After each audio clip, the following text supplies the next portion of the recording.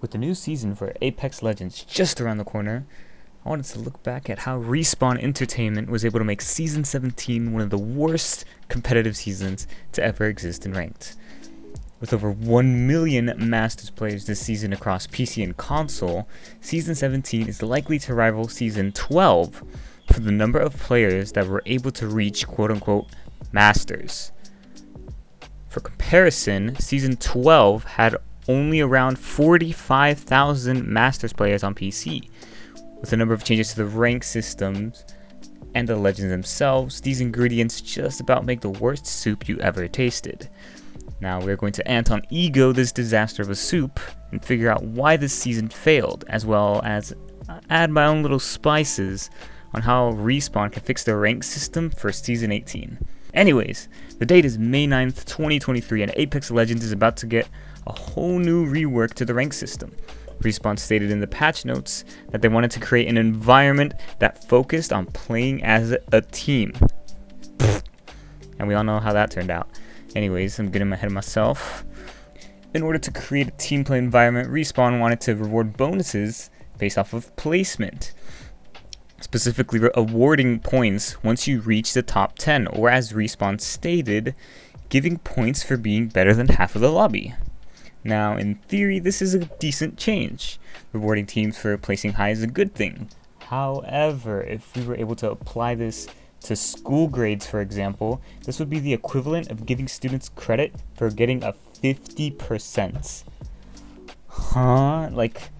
Yeah, they got half of the questions right, but if they did below the bare minimum, they shouldn't get a good grade. Going back to Apex Legends, players shouldn't be awarded points for doing the bare minimum. This change could slightly boost people's ranks, meaning players near the bottom will now get a slightly higher rank since they now have to do less in order to gain points. So I don't know how Respawn didn't see this negative effect at the board meeting. They probably were looking at the numbers and were like, yeah, it looks good. So along with this change, they also switched up the numbers, gave hidden MMR, introduced placement matches, etc., etc. Changes to the rank system was not what actually killed the competitiveness in Ranked, however. One little change to the support class is what set in motion the ratting that would plague the servers for the upcoming months. Now that I'm looking back at the patch notes, it's actually hilarious how poorly these patch notes aged. Respawn looks so innocent and hyped for these changes. That's so sad. Anyways, in a previous update, specifically for Season 16, came the change to the support class. What used to be an exclusive perk to Lifeline, now all other support agents were given the ability to craft teammates' banners. And with the update in Season 17 is where things started to go downhill.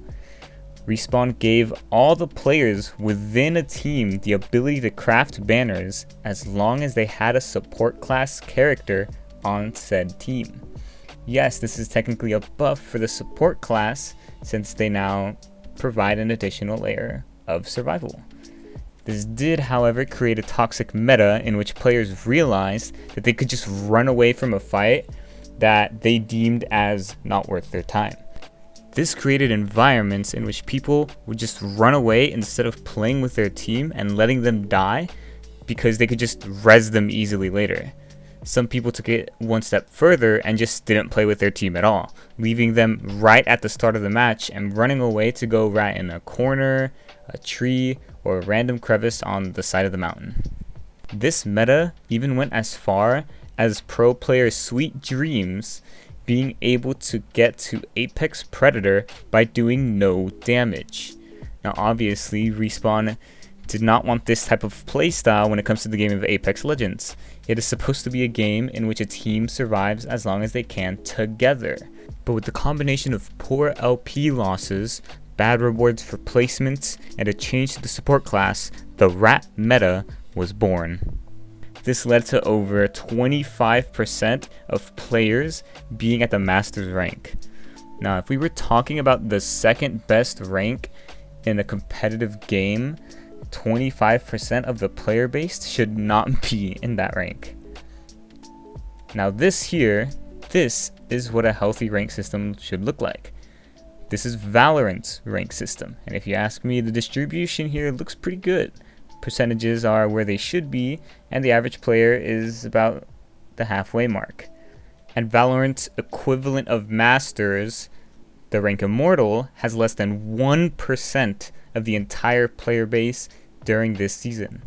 Comparing this to Apex's horrific 25%. So how can Respawn make this look like this? Well, first off, we gotta think of what skills Respawn wants to reward and how to reward them.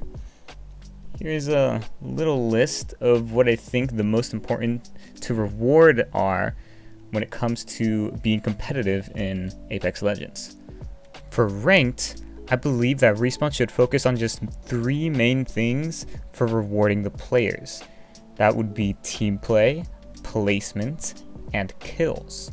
These are very basic in what a good Apex player should be rewarded for, but the way in which they are rewarded is very crucial. From here on out, I will be suggesting things that Respawn could implement into their game that would help seed out bad players from the good ones. Respawn, please fix. If Respawn want to reward team play and get rid of the problem of players running away and ratting, the game should have a system in place that penalizes players for doing so.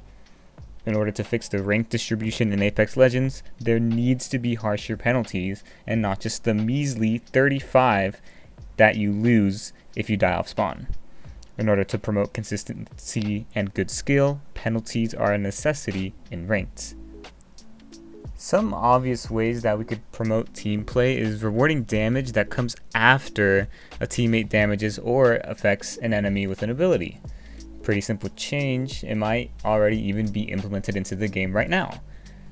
But the bottom line is, more team play calculated damage should equal more LP. However, I'm not a programmer, so I'm not sure how hard it would be to calculate things like this and implement it into the game. Included with the team play calculated damage, you could also include or calculate LP gains from team respawns, revives, etc. One major change that could really promote team play is either giving a bonus to teams that stayed alive as 3 or a penalty to those that have stayed alive as 1 during the later stages of the game. My reasoning for this is that if your full team is alive during the later stages of the game, this would promote players to try and stay alive together for as long as they can. This in turn could leave more full teams alive during the end game and possibly make players who rat fall down in ranks. Now I think punishment is a change that would be much favored instead of rewards, since if we were to implement this, players who would prefer ratting would be forced to change their playstyle. Now this is highly dependent on what Respawn wants to promote in their games, obviously. If they like the idea of ratting, then no punishment should even be implemented. But I'm pretty sure this would go well with the Apex community. Now, I feel like rewarding based off of placement is a really good change, but it was implemented horribly. Rewarding a player at the top 10 or being better than half of the players in the lobby is not a good change. These players could potentially do absolutely nothing and still gain LP if they just stayed alive for about 5 minutes. However, I believe this could be fixed very easily. Just a change to who actually gets rewarded, like instead of rewarding the top 10, it'd be better for the top 5, or even better yet, maybe even the top 3 could be given points if they made it that far while getting 0 kills. In regards to kills, this is where the balancing for LP gains could get a little bit foggy. Should there be a cap? Should kills be required to gain LP? Is 1 kill enough? Or maybe 10 is needed to actually gain LP? All in all, kills do determine a player's gun skill and perhaps even movement and positioning. This is just a random shot in the dark, but again, it's highly dependent on how Respawn wants their game to be played. If they want to promote more packed end zones and team play, I suggest only rewarding kills that players get when only 10 or less teams are alive. This will force teams to play safe and wait for end zones to force them into another team. If Respawn wants their top players to just have good gun skill, then they should probably start rewarding players if they get more than 3 kills no matter the placement. There needs to be a very fine line in how they reward kills in order to not overshadow game sense, but for competitive Apex, I'll leave Respawn to figure all that mumbo jumbo out.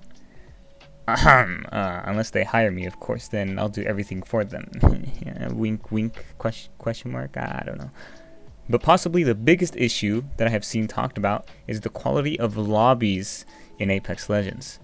A healthy ranked system should only place Apex Predators and Masters against each other and not include Diamonds, Plats, or even Golds, as I've sometimes seen online. Respawn says that they do not want to increase queue times for people, but at this point, so many are complaining about Diamonds being matched with Apex Predators and vice versa that they might as well try it out despite the queue times that they might get. I'm not an Apex Predator myself, but I would honestly trade queue times for a much more competitive lobby. Also, adding a new rank might even out the distribution of Apex players. Valorant, for example, has a total of 11 ranks, and their rank distribution looks like this. And Apex Legends, for example, has only 7, and theirs usually looks like this. I can suggest whatever ideas towards Respawn, but at the end of the day, they are the ones who decide what gets implemented into the game. As the consumers, we just have to hope that they make the right decisions, and hopefully they are able to fix this abomination of a ranked system. Hello, this is Post Sal, and while making this video, I did see the little updates that Respawn have implemented for Season 18. If you want me to give my insight on those and make a video about it, let me know in the comments, please. Thank you very much. Anyways, that is it. Goodbye, and don't die.